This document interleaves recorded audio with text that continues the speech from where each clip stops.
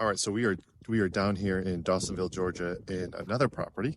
This is actually just across the street from the one we just looked at. This is not a ranch. This is a two-story, and we're gonna go take a look. This is actually a property that we already have under contract. One thing that's happening in real estate now is you got to be very, very quick to put in an offer. So oftentimes we'll have a property hit the market on Friday morning, and we have it under contract in Friday afternoon.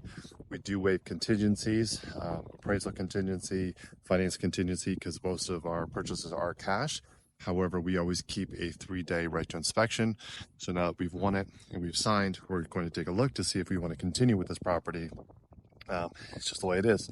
Sometimes you have to put a nice cash offer, put an expiration date that ends before sort of the weekend, which takes out the competition, takes out all the other people that look at this house, because it was listed Friday morning. It was taken under contract a few hours after that. So no weekend showings, so nobody else we have to bid against, and it's just one of the ways that we're winning deals here in this crazy real estate market. Let's go take a look.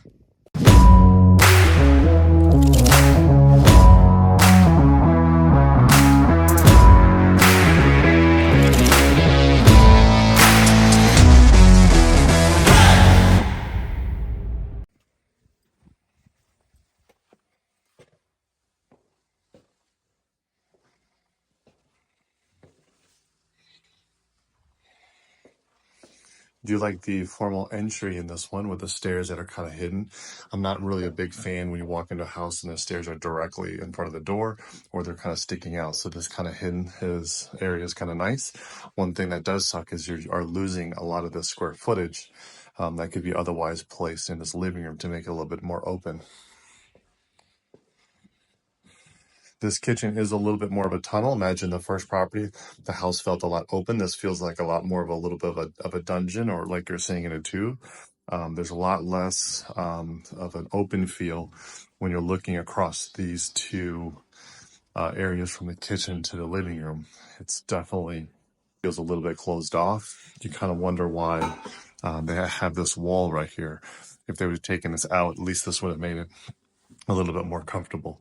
And then like what they're having to do is put this table here because there's no really other place to put it because the door is right there. That door should definitely be over across the other side, which will allow us to put this table more of a center, kind of keep this sort of flow from one room to another, and maybe put the door there out to the backyard. But either way, not to say it's not going to rent, but it's less than ideal as far as the floor plan is concerned. Let's go upstairs.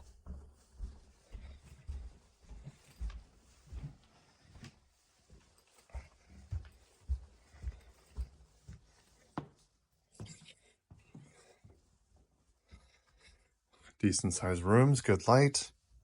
Again, kind of the same thing in this little corridor. It's very dark. Bedroom. Showing this bathroom that's in there.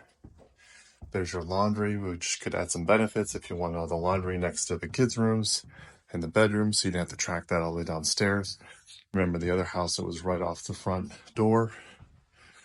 Closet, very dark closet. And then kind of a similar setup as the other house.